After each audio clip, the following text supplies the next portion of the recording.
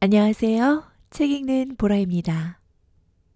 오늘은 조반니 보카치오의 데카메론 중에서 네 번째 날, 열 번째 이야기 들려드리겠습니다. 네 번째 날, 열 번째 이야기. 어느 의사의 아내가 마취된 애인을 죽은 줄 알고 괴짝 안에 넣는데 고리대금업자 두 사람이 그 괴짝을 그대로 집으로 옮겨갑니다. 마취되었던 남자는 의식을 회복하지만 도둑으로 오인받습니다. 이에 부인의 하녀가 고리대금업자들이 훔친 괴짝에서 남자를 넣은 사람이 자기였다고 판사에게 설명합니다. 그로 인해 남자는 교수형을 면하고 괴짝을 훔친 고리대금업자는 벌금형을 선고받습니다. 왕의 이야기가 끝나고 이제 수고할 사람은 디오네오만이 남았습니다. 그 점을 잘 알았던 디오네오는 왕에게 요청을 받자 바로 이야기를 시작했습니다. 오늘 불행한 사랑 이야기를 들으며 저 역시 여러분 못지않게 슬프고 눈물이 많이 났습니다. 그래서 이런 이야기들이 어서 끝나기를 무척 바랐죠. 그런데 다행히도 이야기가 다 끝났으니 저 역시 마음 아픈 이야기를 보태야겠지만요. 그렇게 고통스러운 주제로 다시 돌아갈 것 없이 좀 즐겁고 재미난 이야기를 시작하려 합니다. 그렇게 하면 내일 이야기해야 할 내용에 좋은 표본이 되지 않을까 생각합니다. 멋진 청년 여러분, 그리 오래되지 않은 일인데 여러분은 살레르노의 마체오 델라 몬타냐 선생이라는 유명한 외과 의사가 살았다는 걸 잘 아실 겁니다. 마테오 셀바티코, 그는 1317년 로베르트 왕에게 의학 사전을 헌정했는데 이 책은 여러 쇄를 거듭하며 출판되었습니다. 1342년에 노환으로 사망했습니다. 데카메론에 등장하는 동시대인들 중 하나입니다. 이 사람은 아주 늙은 나이에 같은 도시에 살던 아름답고 정숙한 처녀를 아내로 맞아 그곳에 어떤 여자도 따라가지 못할 정도로 고급스러운 옷과 보석, 그리고 여자가 좋아하는 것이면 무엇이로든 치장을 시켰다고 합니다. 그러나 침대에서 선생에게 안기는 일이 별로 없었던 걸로 보아 지극히 썰렁한 삶을 살았던 게 틀림없습니다. 이전 이야기에서 리카르도 디 킨치카시가 아내에게 축일들을 가르쳤던 것처럼 두 번째 날 열 번째 이야기를 참조하세요. 이 의사 선생 역시 여자와 한번 자면 회복하는 고통이 며칠이나 계속될지 모른다는 그런 생각을 하는 사람이었습니다. 그러니 부인으로서는 최악의 나날을 보낼 수밖에 없었죠. 하지만 현명하고 위대한 영혼의 소유자였던 부인은 집의 것은 아껴 쓰고 거리로 눈을 돌려 남의 것을 닳고 해지도록 쓰기로 작정했습니다. 그리하여 조금이라도 더 젊은 상대를 찾아 둘러보던 중 마침내 한 사내가 마음에 쏙 들어왔습니다. 부인은 모든 희망과 모든 마음과 모든 행복을 그에게 송두리째 걸고 말았습니다. 청년은 이를 알아차리고 몹시 기뻐하며 부인과 비슷하게 모든 사랑을 기울였답니다. 루지에리 다이에롤리라고 하는 이 작자는 귀족 출신이었지만 생활이 방탕했고 남들에게 손가락질을 받는 사람이었습니다. 친척이나 친구들조차 그에게는 전혀 호의를 바라지 않았고 심지어는 만나는 것도 꺼릴 정도였습니다.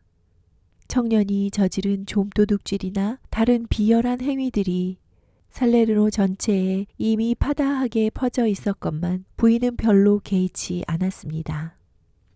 다른 측면에서 기쁨을 얻었으니까요. 부인은 하녀에게 뻔질나게 심부름을 시켰고 함께 만났습니다. 그렇게 어느 정도 둘 사이의 즐거움이 익어갈 무렵 마침내 부인은 청년의 과거 생활을 비난하기 시작했고 사랑을 위해서라도 이제 그런 일들은 그만두라고 애원하기 시작했습니다. 그리고 그렇게 할 수 있도록 어떤 때는 적잖은 돈으로 어떤 때는 다른 걸로 도와주었습니다. 이런 식으로 서로 극히 조심스럽게 관리를 지속하던 어느 날 의사 선생이 한쪽 발이 썩어가는 환자를 치료하게 됐습니다. 친척들에게 썩은 발뼈를 제거해야 한다. 발 전체를 잘라내는 것이 더 좋겠다. 뼈를 잘라내면 치료가 가능하지만 그렇지 않으면 죽을지도 모른다. 그런 얘기들을 했습니다. 친척들은 말을 잘 알아듣고 모든 걸 의사 선생에게 맡겼습니다. 선생은 환자를 마취시키지 않으면 통증을 견디지 못할 뿐더러 치료하기도 곤란할 것이라 생각하였습니다. 하여 저녁 무렵까지 수술을 미루고 이를 위해 그날 아침에 물약 비슷한 걸 지었습니다. 그걸 먹으면 고통스러운 시술이 진행되는 동안에 잠이 드는 효과가 있었습니다. 의사 선생님은 그걸 집으로 가져오게 하여 아무에게도 뭔지 말하지 않고 자기 방에 두었습니다. 그런데 의사 선생이 환자에게 가야 할 저녁 무렵에 아말피에 절친한 친구에게서 전갈이 왔습니다. 그쪽에 큰 소동이 벌어져 많은 사람들이 다쳤으니 급히 와달라는 것이었죠. 의사 선생은 발 수술을 다음날 아침으로 미루고 작은 배에 올라 아말피로 향했습니다. 그런 판이니 부인은 남편이 늘 그랬듯이 그날 밤엔 집에 돌아오지 않을 것으로 알고 은밀하게 루지에리를 오게 하여 자기 방으로 들이고는 집안의 다른 사람들이 잠을 자러 갈 때까지 그를 숨겨두었습니다. 부인의 방에서 부인을 기다리는 동안 루이지에리는 하루를 힘들게 보냈는지 아니면 음식을 짜게 먹었는지 아니면 아마도 습관적으로 엄청 목이 말랐는지 의사 선생이 환자에게 먹이려고 만들어둔 창가의 조그만 물약병을 문득 발견했습니다. 그래서 그걸 마시는 물인 줄 믿고 입에다 몽땅 털어 넣었죠. 그러자 금세 주저할 수 없이 졸음이 밀려들어 잠에 빠져버리고 말았습니다. 부인이 서둘러 방으로 와보니 루지에리가 잠에 빠져 있었습니다. 그를 흔들어 깨우기도 하고 낮은 목소리로 어서 일어나라고도 했습니다만 아무 소용이 없었죠. 그는 대답도 하지 않고 꼼짝도 하지 않았습니다. 약간 화가 난 부인은 힘을 더 주어 그를 밀면서 말했습니다. 일어나요. 잠꾸러기 양반아. 그렇게 자고 싶거든. 집에나 가지 여기는 뭐 하러 온 거예요? 부인이 미는 바람에 루지에리는 누워있던 괴짝에서 바닥으로 떨어졌는데 살아있다는 느낌이 들지 않고 마치 시체처럼 느껴졌습니다.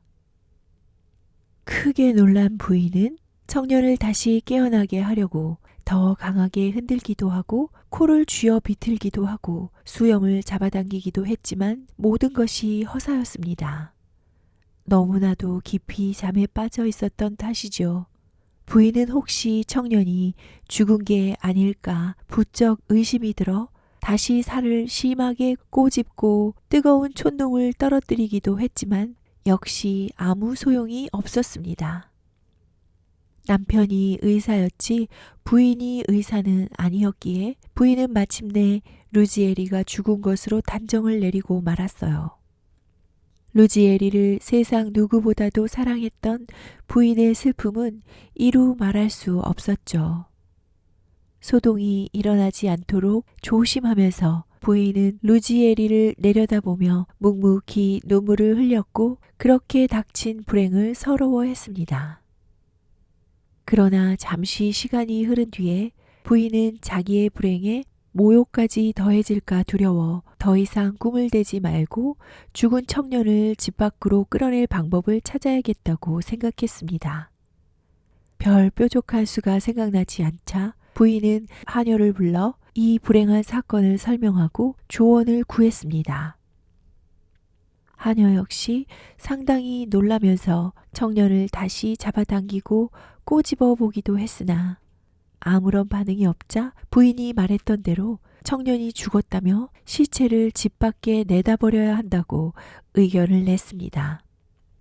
그에 대해 부인은 이렇게 말했습니다. 어디다 내놓는단 말이냐. 내일 아침에 사람들이 볼 텐데 이 안에서 나온 것이라고 의심을 받으면 안 되지 않겠느냐? 그에 대해 하녀가 대답했습니다. 마님, 아까 저녁 늦은 시간에요. 앞 맞은편 목공소에서 그렇게 크지 않은 괴짝 하나를 봤어요. 목수 양반이 가게 안에 들여다 놓지 않았다면 우리 일에 딱일 겁니다. 그 속에 시체를 넣고 칼을 2-3번 찔러서 버리면 되지 않을까요? 시체를 발견한 사람은 다른 데서 괴짝에 실렸지 설마 이곳에서 그랬으리라고는 생각하지 못할 거예요. 오히려 불량 청년이 뭔가 나쁜 짓을 저지르다가 누군가에게 살해되어 괴짝 속에 버려졌을 거라고 생각할 겁니다. 부인은 하녀의 의견이 마음에 들었으나 시체에 상처를 내어 영혼을 다치게 하는 것은 세상에 할 짓이 아니라고 말했죠. 괴짝이 아직 그 자리에 있는지 보고 오라고 했더니 하녀가 돌아와 그렇다고 대답했습니다. 젊고 다부진 하녀는 부인을 도와 어깨 위에 루지에리를 짊어졌습니다. 그리고 부인은 누가 보지 않을까 앞장서서 살피며 괴짝으로 가서 그 속에 시체를 넣고 닫은 후에 그곳에 버려두었습니다. 그런데 바로 그 며칠 전에 고리로 돈을 빌려주는 일을 하는 2 청년이 근처 어느 집에 세를 들었습니다. 많이 벌고 적게 쓰는 게 그들의 신조였죠. 가구가 필요했던 그들은 그날 놔둔 괴짝이 밤에도 남아있다면 집으로 옮겨오기로 의견을 모았습니다. 이윽고 한밤중이 되어 집을 나서서 괴짝을 금방 찾아내고는 별로 살피지도 않고 재빨리 집으로 들여왔습니다. 좀 무겁다는 느낌이 들었지만 집 안으로 옮겨와서 마누라들이 자고 있는 방 옆에 두었습니다.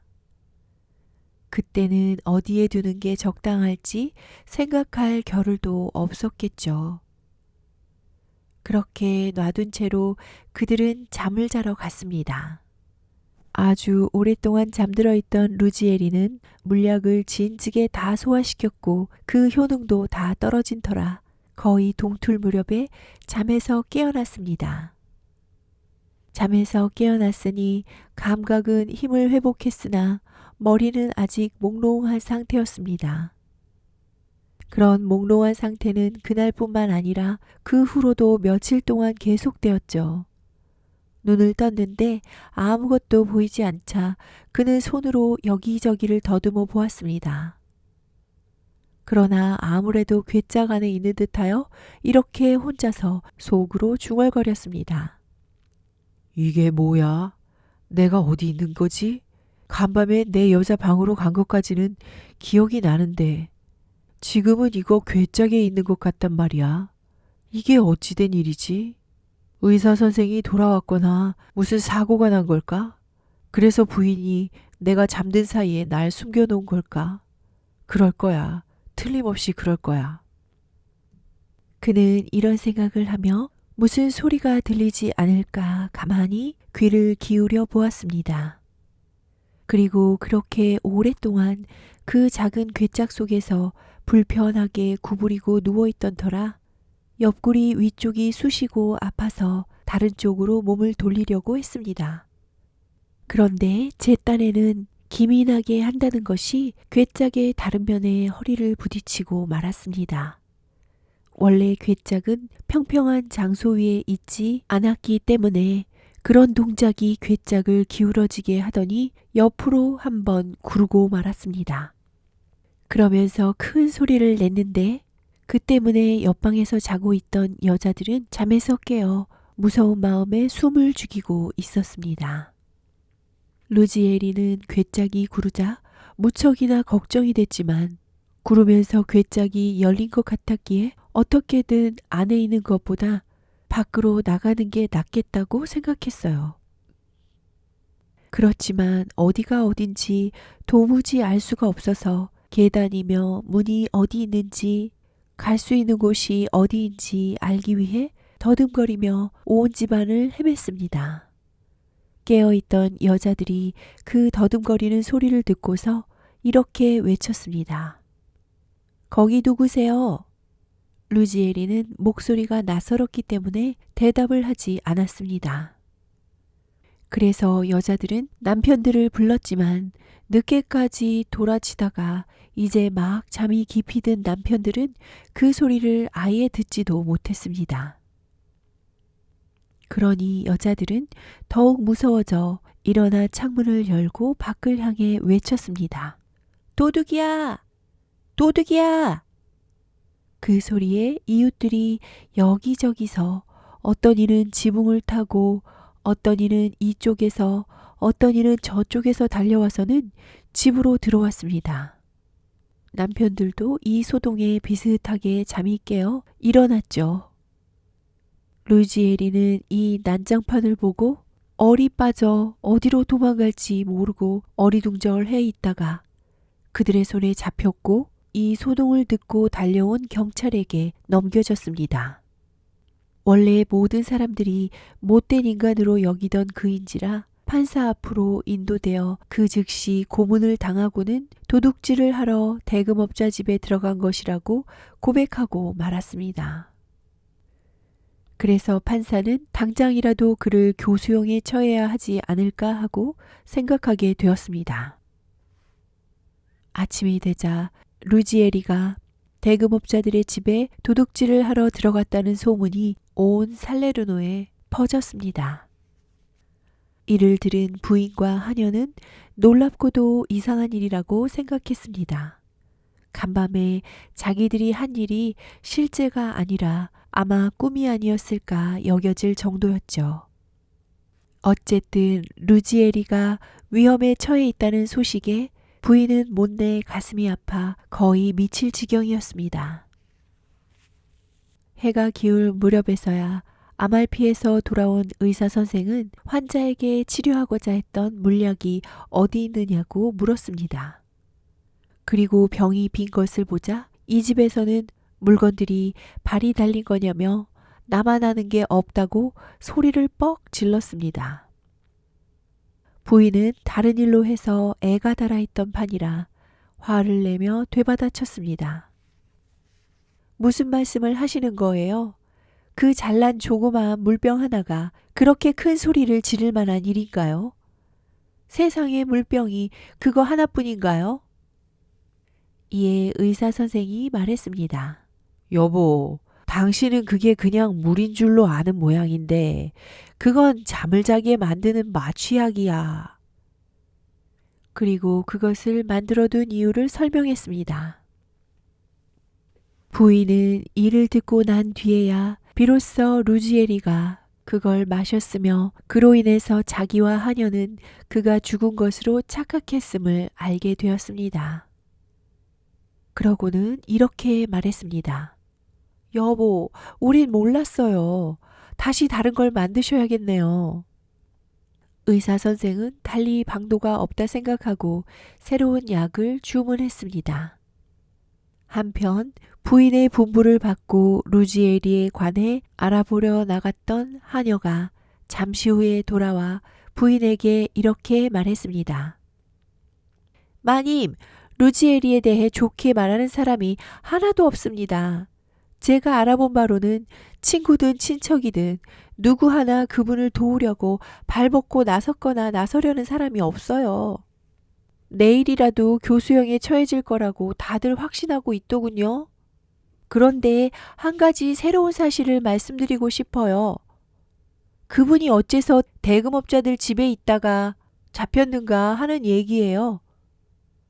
사정을 들어보세요. 우리가 목공소 옆에서 루지에리 님을 넣은 괴짝을 발견했잖아요. 그 목공소 주인이 괴짝 주인인 듯한 사람과 말다툼을 하고 있더라고요. 세상에 그렇게 치고받는 말싸움은 또 처음 봐요.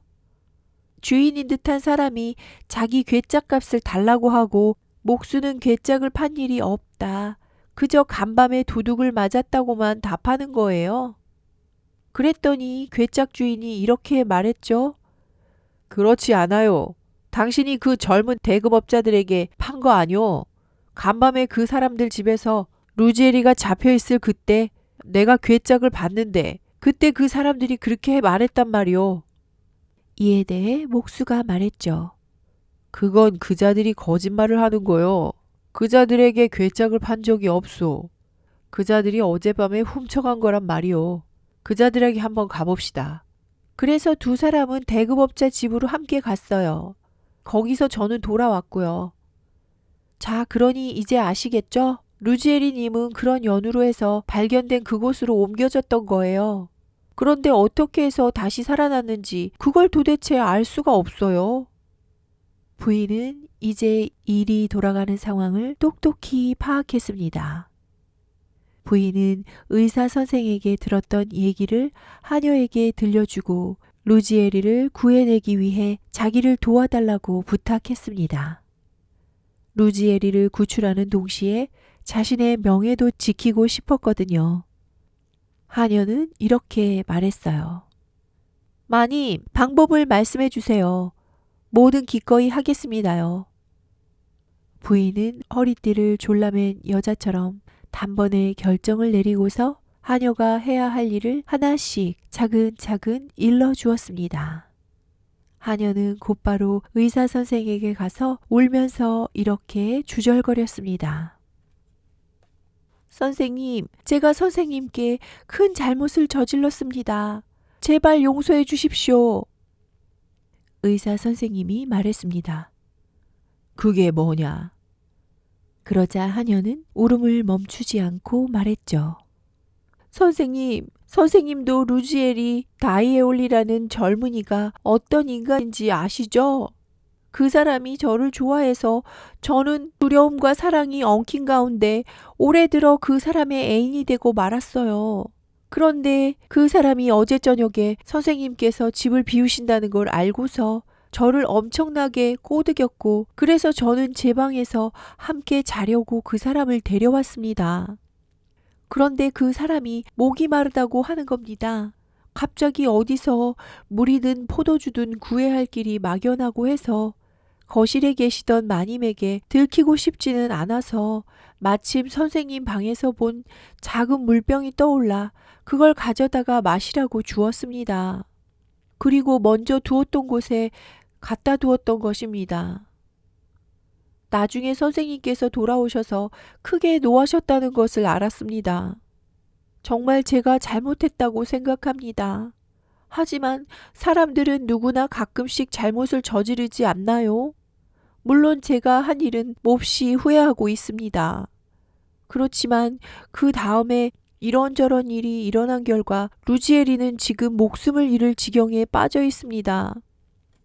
그러니 선생님께서 저를 용서하시고 제가 가서 그 사람을 힘 닿는 데까지 도울 수 있도록 허락해 주세요. 의사 선생은 이 말을 듣고서 무척 화가 났지만 조롱하듯이 이렇게 대답했습니다. 잘못도 네가 하고 용서도 네가 하는구나. 간밤에 젊은 놈을 끌어들여서 실컷 즐겨보려고 했을 텐데 참 안 됐구나. 그러니 이제 가서 애인이나 구해보려무나. 또다시 그런 놈을 내 집에 끌어들이면 안 된다. 또 그러면 이번 것과 합해서 큰 벌을 내릴 테야. 단번에 일이 잘 처리됐다고 생각한 하녀는 불이 나게 루지에리가 갇혀있는 감옥으로 달려갔습니다. 그리고 간수를 구워 삶아 루지에리와 얘기할 기회를 얻었습니다. 하녀는 루지에리에게 감옥을 벗어나려면 판사에게 어떻게 대답해야 하는지 알려준 다음 판사에게 내쳐 달려갔습니다. 싱싱하고 팔팔한 몸매를 지닌 하녀를 보자 판사는 말도 들어보기 전에 이 하느님의 어린 양에게 갈고리를 한번 걸쳐보고 싶었나 봅니다. 하녀도 자기 말을 더 잘 전달하기 위해 굳이 피하지 않았습니다. 그리고 방아 찢는 일을 끝내고는 일어나서 이렇게 말했습니다. 나리, 루지엘이 디올레티 다이에올리를 도둑이라 여겨 가둬두셨습니다만 그 사람은 결백합니다. 그리고 연인인 자기가 어떻게 그를 의사선생 집으로 끌여들였는지, 마취제가 섞인 물을 잘못 알고 마시게 주었는지, 그리고 죽은 줄만 알고 괴짝 속에 넣었는지 등등 처음부터 끝까지 낱낱이 설명해 주었죠. 그리고 난 다음 목수와 괴짝 임자 사이에서 일어난 말다툼의 내용을 전하고 이 연유로 해서 루지에리가 대금업자들 집에서 발견된 것이라고 차근차근 설명을 했습니다. 판사는 그것이 사실인지 알아보는 일은 어렵지 않다고 생각했습니다. 그래서 우선 의사 선생에게 그 물에 대한 얘기가 사실인지 물어보고 사실이라는 확인을 받았습니다. 이어 목수와 괴짝 주인 그리고 대금업자들을 탐문하고는 복잡한 관계이긴 하지만 대금업자들이 간밤에 괴짝을 훔쳐다가 집에 두었다는 사실을 밝혀냈습니다. 판사는 마지막으로 루지에리를 불러와 전날 밤 어디서 잤는지 물었습니다. 그는 잔 곳은 모르지만 마체오 선생의 하녀와 함께 자라고 한 것은 틀림없었으며 방에서 목이 말라 물을 마신 기억이 난다고 진술했습니다. 그러나 그 다음에 어떤 일이 일어났는지, 왜 자기가 대금업자들 집에서 괴짝 속에 갇혀 있다가 깼는지는 모르겠다고 말했습니다. 판사는 이 모든 얘기를 듣고 크게 재미있어하며 하녀와 루지에리와 목수와 대금업자들에게 여러 번 진술을 다시 하게 했습니다. 결국 루지에리는 무죄 판결을 받아 석방되었고 대금업자들은 괴짝을 훔친 죄로 금화 10온차의 벌금형을 받았습니다. 온차는 나폴리에서 쓰이던 금화로 10온차는 1피오리노에 해당합니다. 루지에리가 얼마나 기뻤는지 물어볼 필요도 없을 겁니다. 그리고 부인이 얼마나 기뻐했는지는 헤아릴 길이 없었겠죠. 부인은 나중에 루지에리와 그리고 그를 칼로 찌르려고 했던 하녀와 함께 웃으며 여러 번 이 이야기를 했고 부인과 루지에리는 더욱 자주 만나면서 사랑을 즐겼습니다. 저에게도 그런 일이 일어나면 좋겠습니다만 괴짝 속에 들어가는 일은 사양할까 합니다. 앞의 이야기들이 우아한 부인들을 가슴 아프게 했다면 디오네오의 마지막 이야기는 부인들을 충분히 즐겁게 만들었습니다. 특히 판사가 갈고리를 걸쳤다고 하는 대목에서는 모두가 지금까지의 이야기들로 침울해진 기분을 회복할 수 있었습니다. 그러나 왕은 태양이 기울기 시작하자 자신의 권한이 끝나간다는 걸 생각하고 자기가 한 일, 즉 연인들의 불행이라는 냉혹한 주제를 가지고 이야기를 이어가도록 한 점에 대해 아름다운 부인들에게 매우 정중하게 사과했습니다. 그렇게 사과를 하고 일어나 자기 머리에서 월계관을 벗어 부인들이 누구에게 씌울 것인지 지켜보는 가운데 피암메타의 눈부신 금발 위에 가볍게 얹으며 말했습니다. 이 관을 당신께 얻습니다. 내일은 스디슨 오늘과 달리 좀 더 나은 이야기로 우리 동료들을 위로해 주시리라 믿습니다. 피암메타의 긴 금발은 매끄럽고 섬세한 어깨 위로 출렁거리며 흘러내렸고 동그스름한 얼굴은 흰 백합과 붉은 장미를 섞어 놓은 듯 눈부셨으며 두 눈은 야생의 매처럼 까맣게 얼굴에서 빛났고 자그마한 입술은 두 개의 작은 루비처럼 보였습니다. 피암메타는 미소를 지으며 이렇게 말했습니다. 필로스라토님, 즐거이 관을 받겠습니다. 그리고 당신이 하신 일을 더 잘하실 테니 저는 지금부터 우리 모두에게 이렇게 부탁하고 요청하겠습니다. 내일은 사랑하는 연인이 얼마 동안 역경이나 불운을 겪고 나서 행복한 결말에 이르는 주제로 이야기를 준비하시지요. 모두가 그 주제를 환영했습니다. 비안메타는 집사를 불러 함께 준비해야 할 물품들을 점검한 뒤 일동이 자리에서 일어나자 저녁 식사 때까지 자유시간을 주었습니다. 그들 중 일부는 아직도 아름다움이 실증나지 않는 정원을 거닐었고 일부는 밖에서 방아를 찢는 물레방앗간을 향해 발길을 옮겼습니다. 그리고 저녁 식사 때까지 저마다 마음껏 즐기면서 시간을 보냈습니다. 식사 시간이 되자 여느 때처럼 모두가 아름다운 분수 주위에 모여서 웃고 떠들면서 훌륭한 접대를 받으며 식사를 했습니다. 그리고 자리에서 일어난 그들은 여느 때처럼 춤을 추고 노래를 불렀습니다. 필로메나가 춤에 참여하자 여왕은 이렇게 말했습니다. 필로스트라토님, 저는 지금까지 앞에 분들이 해오던 것을 어기고 싶지 않아요. 제 앞에 분들이 하신 것처럼 제 요청에 따라 노래를 한 곡 불러주셨으면 해요.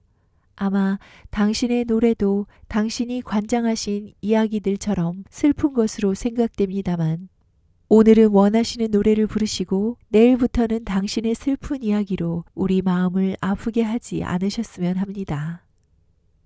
필로스트라토는 그렇게 하겠다고 대답했습니다. 그리고 지체 없이 바로 노래를 시작했습니다. 사랑이여, 그대를 믿었건만 배신당한 이 마음이 얼마나 괴로운지 눈물을 흘리며 보여주노라.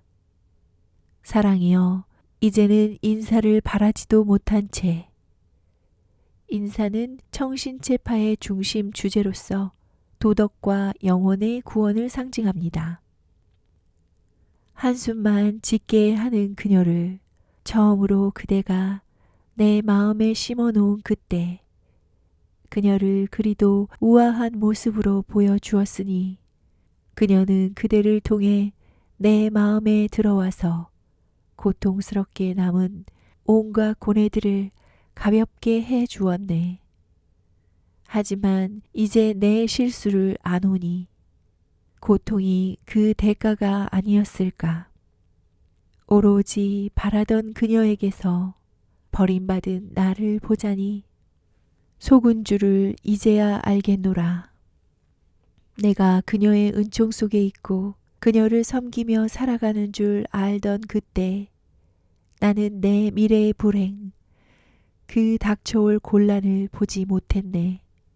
그녀가 다른 사람을 마음에 들이고 나를 밖으로 쫓아낸 줄을 이제야 깨달았다네.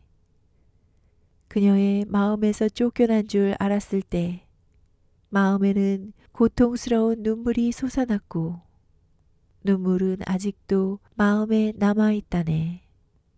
그날 그때를 끊임없이 저주하노니 처음 그대의 사랑스럽고 숭고하며 아름다운 얼굴이 그 어떤 불길보다도 뜨겁게 내 앞에 나타났던 그때를 나의 믿음, 희망, 정열, 나의 죽어가는 영혼은 조소하고 있다네. 사랑이여, 나의 위안 없는 고통이 얼마나 큰지 그대를 고통스러운 목소리로 불러보노라. 나를 그리도 완벽하게 소진시킨다고 말해보노라. 죽음도 그보다는 고통이 크지 않으리. 그러니 어서 오너라. 그리고 나의 잔인하고 냉혹한 삶을 그 육신과 더불어 끝내다오. 그러면 나의 불행은 내 어디를 가든 가벼워질 것을 느꼈네. 내 고통에는 죽음밖에 다른 길도 없고 다른 위안도 남아있지 않다네. 그러니 이제 죽음을 허락해다오, 사랑이여. 그리고 나의 불행을 끝내다오. 이렇게도 비참한 삶의 심정을 걷어가다오. 어서 그렇게 해다오. 그리하여 모든 기쁨이 내게서 떠나 사라지도록. 나 죽어서 그녀를 기쁘게 해다오 사랑이여. 새로운 사랑을 나 죽어서 그녀를 기쁘게 해다오 사랑이여. 새로운 사랑을 그녀에게 보냈던 것처럼. 나의 노래여, 설령 누구 하나 그대를 부르지 않아도 마음에 두지 않으리. 그 누구도 나처럼 그대를 노래할 수는 없을 테니. 그대에게 단 하나 말하고 싶은 것이 있네. 그대 사랑을 다시 만나거든 나의 삶이 얼마나 슬프고 쓰라린지, 나를 얼마나 돌보지 않는지 그대 오로지 혼자서 다 보여주오. 나의 명예로 나를 더 나은 항구에 데려다 주길 바란다고.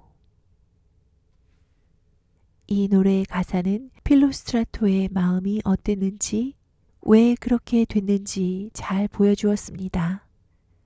닥쳐오는 밤의 그림자가 홍조 띈 얼굴을 감추지 않았더라면 춤을 추는 여자의 모습은 아마도 더 분명하게 드러났을 겁니다. 하지만 필로스트라토가 노래를 끝낸 후에도 사람들은 자러 갈 시간이 올 때까지 여러 차례 수많은 노래들을 불렀습니다. 그리고 여왕의 요청에 따라 각자 자기 방으로 흩어졌습니다. 여기까지 조바니 보카치오의 데카메론 중에서 네 번째 날, 10번째 이야기, 그리고 네 번째 날 마지막을 마무리합니다. 끝까지 함께 해주셔서 감사합니다. 책 읽는 보라였습니다. 오늘도 행복하세요.